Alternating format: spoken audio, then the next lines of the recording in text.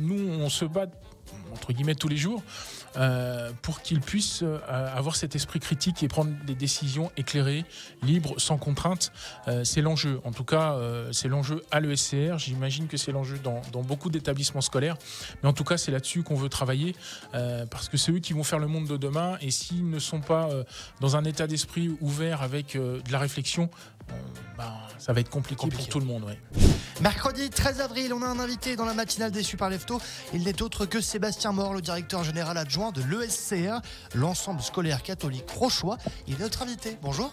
Bonjour Hugo, bonjour André. Bonjour Sébastien Mort. Alors justement, si vous êtes là, c'est pour parler fake news, atelier fake news, puisqu'il y a 2 semaines, nous on a reçu une trentaine de vos élèves qui sont venus participer à des ateliers autour des fake news. Il y a Hugo qui leur a fait un peu la visite, etc. Et puis moi, je les ai pris un peu en main pour parler fake news. Alors on leur a fait un petit cours théorique et puis après ils se sont mis au boulot. Ils ont enregistré des podcasts. Et oui, parce qu'il n'y a pas d'âge pour enregistrer des podcasts. Par binôme, ils ont travaillé sur plusieurs axes de réflexion.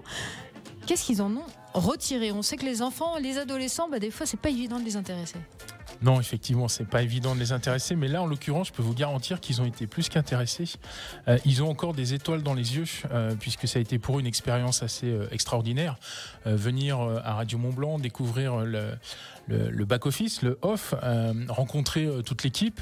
Ils sont devenus fans d'Hugo, qui a pris beaucoup de temps pour leur expliquer beaucoup de choses. Et non, ils ont vraiment retenu, c'est pour eux une expérience extraordinaire. Et est-ce qu'ils comprennent cet intérêt d'être éduqués aux médias, à l'information pour déceler les fake news? Oui, ils le comprennent parfaitement et je dirais presque qu'ils sont demandeurs maintenant parce qu'ils sont inondés d'informations. C'est vrai que cette génération hyper connectée reçoit des informations, des notifications sur leur téléphone, sur leur tablette à longueur de journée et ils ont besoin, et ils le comprennent, de vraiment qu'on leur explique comment ça fonctionne et pour les éclairer et qu'ils puissent faire ensuite les bons choix. Est-ce qu'il y a quelque chose qui les a particulièrement marqués? Oui, lorsqu'ils se sont écoutés sur les podcasts, pour eux c'était assez particulier. C'est difficile de se réécouter quand on a d'entendre sa voix. D'entendre sa voix, tout à fait. Mais ils ont été extrêmement marqués par le côté technique et par ils ont été considérés, ils se sont sentis considérés comme des vrais créateurs de contenu. Donc pour eux c'était vraiment sympa. Ouais. Alors justement, ces ateliers fake news que le SCR a fait ici à Radio Mont-Blanc, ça s'inscrit dans un projet beaucoup plus large dans votre établissement. Oui, effectivement. Depuis nombreuses années, on essaye de les éduquer aux outils numériques et à tout ce qui tourne autour. Les fake news, aujourd'hui, c'est quelque chose d'extrêmement important. On l'a vu pendant la campagne présidentielle avec le président Trump qui en a fait des caisses. On le voit, on l'a vu pendant la période du Covid, on le voit avec l'Ukraine. Et malheureusement, c'est notre quotidien. Et il nous apparaît plus que nécessaire de les accompagner dans cette réflexion sur comment on décrypte l'information, comment on l'analyse et être capable de faire la part du chose entre ce qui est vrai et ce qui est de la désinformation. Et justement, Sébastien Mort, est-ce que c'est facile, nous, en tant qu'adultes, d'accompagner ces jeunes générations ? On sait qu'ils sont beaucoup plus à l'aise avec les réseaux sociaux. Même il y a certains réseaux sociaux, moi je ne sais même pas qu'ils existaient. Oui, tout à fait. C'est la grande difficulté pour les adultes, c'est que les jeunes ont beaucoup plus d'avance sur nous que sur ces outils. Donc ça nécessite pour nous un travail d'approfondissement de ce qui existe déjà, et puis ensuite d'analyse de ce que sont ces réseaux. Il y en a qui sont assez structurés, assez crédibles, et puis il y en a d'autres où vraiment on est dans la théorie du complot. Et c'est difficile, voilà, pour nous d'aller chercher la bonne information et de les alerter en disant attention. Et pour eux, eux ils plongent dedans toute la journée, quoi. Donc voilà. Et puis Sébastien. Pardon, c'est effectivement, on en parlait tout à l'heure en antenne, tous les deux, effectivement, ensemble. C'est aussi peut-être cette sensibilisation des enfants, peut-être aussi une sensibilisation des parents, puisqu'on sait que vous avez eu a priori de bons échos aussi de la part des parents qui étaient satisfaits de ça. Alors, les parents nous ont envoyé plusieurs messages pour nous remercier de cette expérience. Effectivement, c'est difficile pour les parents de se mettre aussi sur ces nouvelles technologies qui génèrent de l'information. Il faut que les parents s'investissent. Je sais que c'est difficile. Moi, je me bats un petit peu sur le sujet. Tant que les adultes ne prendront pas en main ces outils et tout ce qui en découle, les enfants ne pourront pas être accompagnés. Donc il y a un vrai enjeu sur le sujet.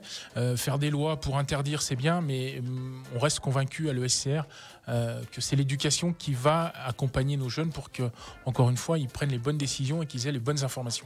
Vous disiez justement à l'ESR de La Roche-sur-Foron que ça fait des années que vous mettez en place cette éducation aux médias. Est-ce qu'il y a eu justement une accélération ou un renforcement de ces cours? Parce que voilà, on voit que justement, vous disiez Donald Trump l'a beaucoup mis sur les fake news. On voit qu'il y a de plus en plus de dangers finalement sur Internet.